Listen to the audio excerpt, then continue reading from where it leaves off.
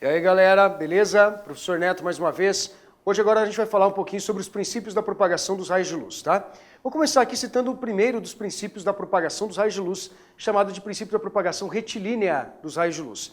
Este é o mais comum de ser cobrado em todas as provas que vocês farão pela frente, ok? Dentro desse princípio da propagação dos raios de luz, vamos anotar aqui então primeiro esta propriedade. Onde é que ele surge, né? Dentro desse princípio da propagação dos raios de luz. Dentro destes princípios especificamente,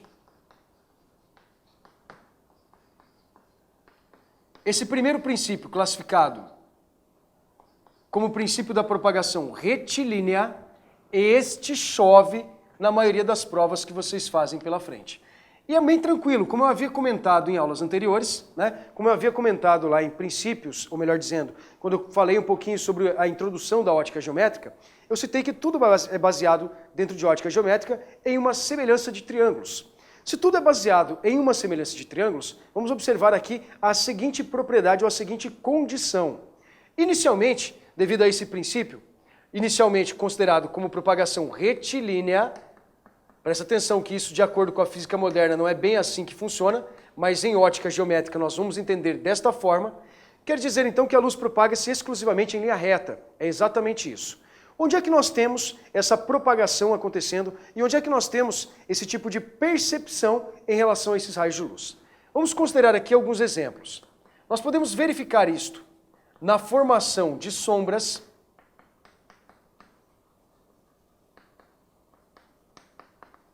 Posso verificar esse primeiro princípio da propagação retilínea, além da formação de sombras, na formação dos eclipses, né? Então os eclipses também são formados desta forma.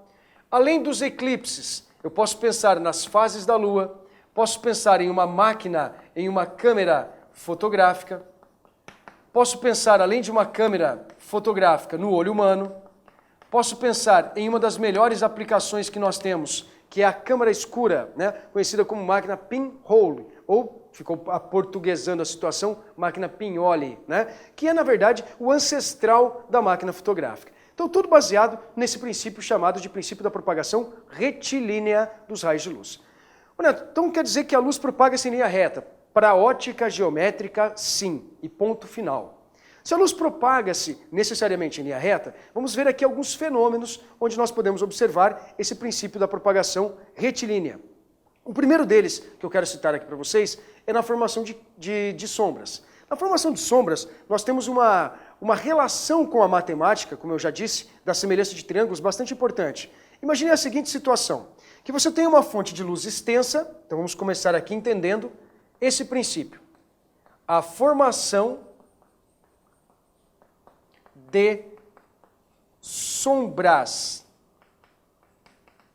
Dentro desta formação de sombras, vamos imaginar que você tem uma fonte extensa, ou seja, uma fonte de luz muito grande, como por exemplo o Sol, né? Nós podemos considerar aqui o Sol como sendo essa fonte extensa de luz, e que você tenha pela frente dois tipos de objetos. Um prédio. E além do prédio, vamos considerar aqui para frente que você tenha, por exemplo, um poste, né? Numa formação como essa, onde nós temos um prédio e um poste, é importante você observar que se a luz chega até esses dois objetos no mesmo instante, nós temos para cada um deles sombras que apresentam tamanhos, dimensões diferentes. Isso se dá por quê? Exclusivamente porque a luz vai estar propagando-se necessariamente em linha reta. O fato da luz estar propagando-se em linha reta, como nesta representação, isso vai nos fornecer uma formação de sombras bastante específica, né? Então nós temos aqui a luz propagando-se desta maneira, a luz propagando-se sempre, como nós consideramos aqui, ó, em linha reta. Se a luz está propagando-se em linha reta, como nesta indicação, como nesta representação, vamos imaginar que a gente tenha esse tipo de formação pela frente. No mesmo instante, portanto, nós passamos a perceber a formação desta sombra acontecendo em relação tanto ao poste quanto em relação a este prédio. Se nós passamos a ter a formação de sombras do poste em relação a este prédio, nós poderíamos dizer que num determinado momento, a luz, todos os raios solares chegam até nós paralelos, já que a luz é considerada como uma fonte extensa, então ela acaba formando, em relação ao prédio, uma sombra bastante específica. Digamos assim, eu tenho aqui para o prédio esta altura em relação a ele. Devido à altura em relação a este prédio, eu vou chamar esta altura do prédio de uma altura H1. Altura H1 para o tamanho do prédio. Consequentemente, eu tenho para o prédio uma sombra que eu vou considerar como sendo uma sombra S1. Da mesma forma, e no mesmo instante, eu passo a ter uma altura para este poste, pode ser para uma pessoa, para uma árvore, que eu vou considerar como uma altura H2. E ela, ou ele, enfim, consequentemente, vai te fornecer aqui uma sombra S2. O que é importante observar? Como a luz chega até nós, proveniente desta fonte extensa, nós podemos garantir que no mesmo instante, nós temos aqui uma mesma inclinação. Se eu chamar este ângulo de θ, este mesmo ângulo também será o θ. Já que no mesmo instante, nós estamos recebendo todos os raios provenientes do Sol, e eles são considerados inicialmente como paralelos entre si, especificamente pelo fato do Sol ser considerado como uma fonte extensa, então isso vai nos dar uma proporção bastante importante. Por semelhança de triângulos, dentro desse tipo de formação, eu poderia garantir que a altura do prédio, H1, está para o tamanho da sua sombra, S1. Assim como a altura deste poste, deste segundo objeto, está para o tamanho da sua sombra. Isto, portanto, caracteriza para nós exclusivamente uma das primeiras aplicações que nós temos, que envolve uma semelhança. Aqui, portanto, nós temos uma semelhança de triângulos, representada, portanto, de acordo com esse primeiro princípio, com esse princípio da propagação retilínea dos raios de luz. Então notem, o tamanho da altura, ou melhor, a altura desse prédio é proporcional à sua sombra, assim como a altura do poste é proporcional à sua sombra. Vamos exemplificar de outra forma. Se você tiver aqui, 1 metro não, vamos pegar um valor bem alto, como eu, assim, mais ou menos, né? Se eu tivesse 2 metros e a minha sombra tivesse apenas 50 centímetros. Então presta atenção. Se eu tenho 2 metros e a minha sombra, num determinado momento do dia, tem apenas 50 centímetros. E você nota que a sombra deste prédio, ela tem 5 metros. Se aqui eu tenho 5 metros de sombra, aqui eu só tenho meio metro de sombra. Eu tenho 2 metros, a altura do prédio é equivalente a quanto? Proporcionalmente, se eu tenho meio metro e aqui eu tenho 5, quer dizer que nós temos, em relação de uma sombra para outra, uma proporção de 10. Esta sombra de meio metro para essa que é 5, a sombra S1 é 10 vezes maior que a sombra S2. Se eu tenho 2 metros, o prédio terá 20. Ele também será 10 vezes maior do que a minha altura. É assim que nós determinamos ou estimamos a altura de alguns objetos apenas pela sua sombra. E isso é bem comum de aparecer em algumas questõezinhas, ok? Então a primeira condição é exatamente esta, de uma proporção, de uma semelhança de triângulos existentes entre dois objetos como este. Uma segunda análise em relação a esta propagação retilínea dos raios de luz. O equipamento chamado de câmara escura. Uma câmara escura, ela tem um princípio bastante simples. Imagine que você tenha, em um determinado momento, a possibilidade da formação de uma câmara. Neto, como assim uma câmara? Olha, vamos considerar que você tem aqui o seguinte, um objeto à frente. Em relação a este objeto, que eu vou chamar aqui de um objeto O, qualquer, e que você tem aqui à sua frente, vamos considerar uma distância como esta, para que você tenha, na verdade, a presença de uma câmara escura à sua frente. Uma câmara escura, como o próprio nome já está dizendo, é como se fosse uma caixa totalmente vedada, totalmente dificultando a passagem da luz pelo seu interior. Neto, mas se eu tenho uma câmara totalmente fechada como essa, imagine uma caixa de sapatos totalmente vedada. Obviamente não entra nenhuma luz no seu interior, exato. Em uma câmara como essa, nós vamos realizar dois procedimentos simples. Primeiro, o fundo dessa câmara, ele é extraído. Eu tiro o fundo disso daqui e coloco aqui um material translúcido. Que tipo de material translúcido? Um exemplo, papel de seda, papel vegetal. Colocamos esse papel de seda aqui no fundo. Neste outro lado, no lado oposto a esta região, onde nós colocamos esse material translúcido, nós vamos produzir um orifício nesta região. Se nesta região, portanto, eu produzo um pequeno orifício, devido a este tipo de formação, nós podemos garantir que nós teremos, a partir daqui, a propagação retilínea dos raios de luz sendo observadas. Da seguinte forma, a luz proveniente, por exemplo, deste ponto superior, ela vai se propagar em linha reta. Quando a luz passa a propagar-se em linha reta pelo interior desta região, ela vai chegar até o fundo deste recipiente. Então notem, a imagem proveniente desta região superior deste objeto, ela vai ser formada aqui embaixo, no fundo deste recipiente. Assim como eu poderia ter um segundo raio de luz proveniente da região inferior deste objeto, e que este raio de luz proveniente desta região inferior deste objeto, ao penetrar no interior da câmara, ele vai chegar nesta região mais alta. Notem, eu passo a ter nesta formação uma imagem formada no fundo dessa câmara e que é uma imagem invertida deste objeto. Por quê? O objeto, como você pode ver aqui, ó, na figura inicial, ele está assim. Essa setinha está representada para cima. Precisa ser uma seta? Não, pode ser uma pessoa. Pode ser uma árvore, pode ser qualquer tipo de objeto pela frente, não importa. Mas a seta é mais fácil para a gente representar. Então imagina uma seta representada desta forma, para cima. Como é que fica a imagem desta seta formada? Ela fica apontando agora para baixo. Porque a luz proveniente do ponto superior desta seta vai formar uma imagem aqui embaixo, assim como a luz do ponto inferior da seta forma uma imagem aqui em cima. Isso caracteriza que a sua imagem formada é uma imagem considerada como uma imagem invertida. Mas no mesmo momento, eu posso garantir que esses dois ângulos, novamente, são considerados como ângulos iguais. Então, por semelhança de triângulos, eu novamente posso garantir a vocês, por semelhança de triângulos, que esse objeto está distante do orifício dessa câmara de uma distância DO. Alguns preferem chamar de P, não tem problema algum, tá?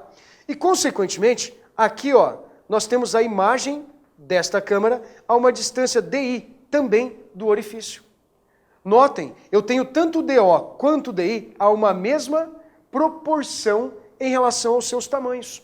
Então, por semelhança de triângulos, eu posso dizer que o tamanho do objeto está para a sua distância DO, assim como o tamanho desta imagem está para a sua distância, considerada como uma distância DI. É assim que nós temos a formação desta primeira condição, desta análise de uma câmara escura. De novo, assim como na formação de sombras, mais uma vez o que nós observamos é uma semelhança de triângulos, ok? Muito bem, a partir de agora, pessoal, nós vamos começar a entender aqui um pouquinho como é que funcionam as chamadas fases da Lua. Eu vou fazer para vocês uma representação bem simplista, mas muito simplista mesmo, porque o nosso objetivo aqui não é entender exatamente estas fases da Lua, mas sim entender quando e onde os eclipses podem ser formados. Dentro dessas fases da Lua, vamos imaginar então a seguinte disposição para os astros. Vou considerar aqui que eu tenho o Sol, fazendo o papel de fonte de luz, claro. Essa estrela, portanto, para nós, vai fazer essa representação desta fonte de luz. E que em relação ao Sol, nós vamos ter a seguinte disposição dos astros. A Terra, claro, guardadas as devidas proporções, vamos colocar aqui em azul, e vou considerar a Lua em 4 posições. Vamos considerar a Lua nessas 4 posições aqui, ó. Posição 1, posição 2, posição 3 e posição 4. Ok? Considerando a Lua nessas 4 posições, é importante notarmos o seguinte. O lado iluminado da Lua vai ser sempre o mesmo. É a face dela que está voltada para o Sol. Então a face da Lua, que está voltada para o Sol, é sempre a face que acaba sendo iluminada por esse objeto. Em relação a esta condição, é muito comum, muitas vezes, nós pensarmos assim, olha, tem um lado da Lua que a gente nunca vê. Bom, de fato, nós não vemos. Por quê? Porque a Lua ela apresenta um período de rotação próximo, aproximadamente igual ao período de rotação da Terra. Como o período de rotação da Lua e o período de rotação da Terra são iguais, a face da Lua voltada para a Terra é sempre absolutamente a mesma. Se a face é sempre absolutamente a mesma, nós vemos em alguns momentos sempre esta mesma porção da Lua. Esta é a cara da Lua voltada para a Terra. Esta é a cara da Lua voltada para a Terra. Esta é a face da Lua voltada para a Terra. E aqui, mais uma vez, a face da Lua que está voltada para a Terra. Então nós temos aqui nesse tipo de formação a seguinte condição. Nós olhamos para a Lua, que apresenta mais ou menos metade das suas dimensões iluminadas, temos esta região totalmente, plenamente iluminada, temos mais uma vez uma porção iluminada e em alguns momentos nós olhamos para a Lua e não a vemos, ou seja, ela está totalmente isenta da presença de luz. Nessas indicações todas, nós temos uma classificação das chamadas fases. A primeira indicação, vou colocar essa daqui, ó. Essa primeira fase da Lua, nós vamos considerar como sendo a fase crescente. É uma fase considerada como fase crescente, ok? Uma segunda fase considerada como fase da Lua é uma fase da Lua quando nós a olhamos e a vemos plenamente iluminada, chamado de fase da Lua cheia. Eu não vou nem colocar como fase, eu vou deixar assim, Lua crescente. Depois, nós teremos a presença da Lua cheia. Uma terceira possibilidade é quando nós observarmos a Lua de novo, parcialmente iluminada. Neste caso, é chamado de Lua minguante, chegando assim a uma última fase, que é esta fase 4, chamada de Lua nova. E aí nós temos, claro, esse ciclo se repetindo. Bom, o que me interessa a respeito dessas 4 fases? Que você entenda onde é que os eclipses ocorrem. Percebam aqui, nestas fases da Lua, nós temos a possibilidade do eclipse acontecer em 2 oportunidades. Ou seja, eu posso ter a possibilidade do Sol emitindo luz e esta luz sendo bloqueada pela Lua. Se a luz for bloqueada pela Lua, você vai ter um cone de sombra sendo formado na Terra. Ou seja, eu tenho a Lua tampando o Sol. Este tipo de eclipse é chamado de eclipse solar. Então é nesta fase da Lua, na Lua nova e exclusivamente na Lua nova, que nós temos a presença do eclipse solar acontecendo. Esse eclipse solar, ele acontece muito mais dificilmente do que o eclipse lunar. Neto, por que isso? Devido às dimensões dos objetos. Por quê? Porque é muito mais difícil a Lua fazer sombra na Terra do que a Terra fazer a sombra na Lua. Percebam dessa maneira, tá? E na Lua cheia, claro, nós podemos ter a formação do segundo tipo de eclipse, eclipse este, considerado como eclipse lunar. Eu vou ter que representar aqui para vocês esses 2 eclipses bem rapidamente, para vocês entenderem como é que essa formação se dá de fato. Então vamos ali acompanhar essas formações dos eclipses, tanto solar quanto para o eclipse lunar, mostrando assim, consequentemente, essas fases todas desses objetos. Eu vou colocá-los aqui relativamente próximos um ao outro, tá? Então vamos imaginar assim, ó, os objetos, não vou fazer muito grande não, mas nós vamos considerar isso daqui. Então aqui eu tenho o Sol fazendo o papel de fonte de luz, consequentemente, vou considerar, e inicialmente, vamos pensar aqui como sendo a formação da primeira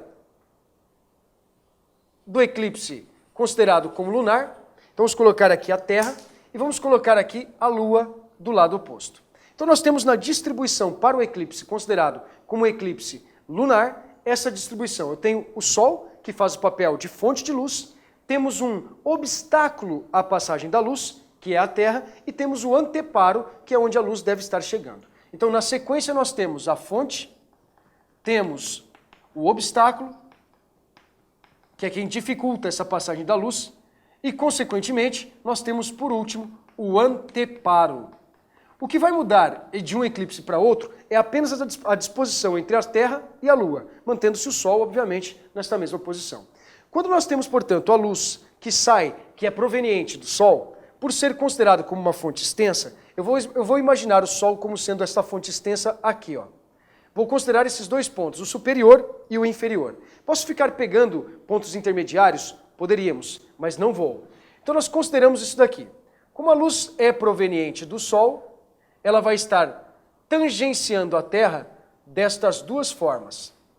Neste caso, nós verificamos um cone plenamente iluminado para toda esta região, aqui representada, e um cone de sombra sendo formado exatamente nesta região. Mas, consequentemente, eu poderia imaginar o seguinte: e se a luz for proveniente do ponto inferior do Sol? Então nós vamos ter esse cone sendo formado aqui. Nestas regiões, isto caracterizando a formação desse eclipse, nós vamos ter algumas regiões importantes para observarmos. Como, por exemplo, como vocês podem ver, a luz proveniente tanto do ponto superior quanto do ponto inferior, elas não chegam nesta região aqui.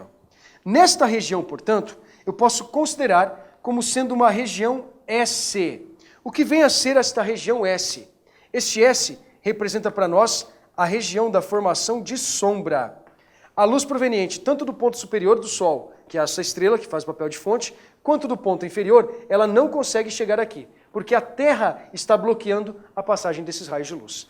Então, nesta região, nós temos a região da formação de sombra, ou seja, a Lua, neste momento, ela encontra-se totalmente coberta por esse cone de sombra, dando origem, assim, ao eclipse considerado como eclipse lunar. Neste caso, portanto, nós vamos verificar a formação de um eclipse lunar.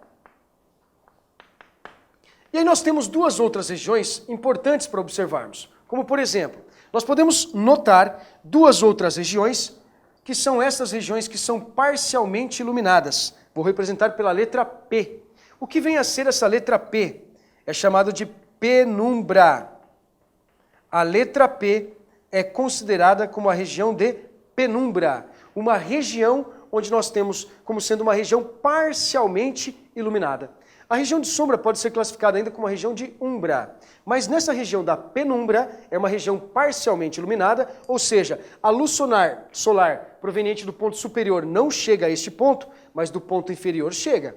Assim como neste ponto aqui, não temos a chegada da luz proveniente do ponto inferior, mas do ponto superior chega. Então é uma região parcialmente iluminada. E temos as regiões completamente iluminadas, representadas por essa letra I, que são duas regiões, portanto, iluminadas. Este eclipse é muito mais fácil de ser formado, portanto, devido às dimensões. É fácil para a Terra fazer sombra sobre a Lua, ok? E agora eu vou falar sobre aqui o último eclipse, que é o eclipse oposto, o eclipse que apresenta as propriedades totalmente contrárias. Este eclipse que apresenta essas propriedades opostas, estas propriedades contrárias à do eclipse lunar, que é o chamado eclipse solar. Esse é mais difícil de estar acontecendo, hein? Neste tipo de eclipse, vamos imaginar de novo o Sol fazendo o papel de fonte de luz. Mais uma vez, o Sol faz o papel de fonte de luz.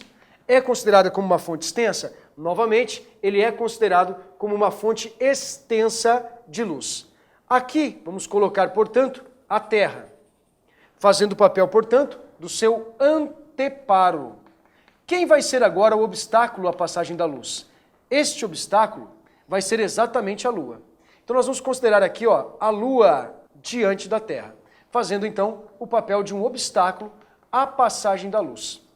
Muito bem, para esse tipo de formação, para esse tipo de representação gráfica, vamos imaginar o seguinte: a luz proveniente desta região superior do Sol vai dar origem aqui para vocês a uma formação de um pequeno cone de sombra nesta região sobre a Terra. Por que um pequeno cone? Porque a Lua tem pequenas dimensões. Então a sombra que ela projeta é muito, muito pequena se comparada com a sombra que a Terra pode projetar sobre ela. Consequentemente, dos pontos inferiores, nós vamos ter o mesmo tipo de representação. Ou seja, nós passamos a ter aqui um cone de sombra formado desta forma. Para esse tipo de representação, portanto, nós temos aqui um pequeno cone formando a região de sombra, representado por essa letra S, mais uma vez, onde esta letra S representa esse pequeno cone de sombra formado. Notem o tamanho desse cone de sombra formado, ele é muito pequeno, por isso que esse eclipse é muito difícil de acontecer na totalidade para uma mesma região. Temos ainda mais duas regiões, que são aqui representadas, essas duas outras regiões, por regiões parcialmente iluminadas, que são regiões onde nós podemos ver eclipses parciais, né? A região, por sua vez, representada como uma região de penumbra. e, consequentemente, as regiões plenamente iluminadas ou completamente iluminadas, ok? Então essas são as regiões aí consideradas como as regiões para as formações dos dois tipos de eclipse. Este eclipse, portanto, é considerado como eclipse solar para esta formação. Beleza? Então, por enquanto, pessoal, é só. Grande abraço, hein?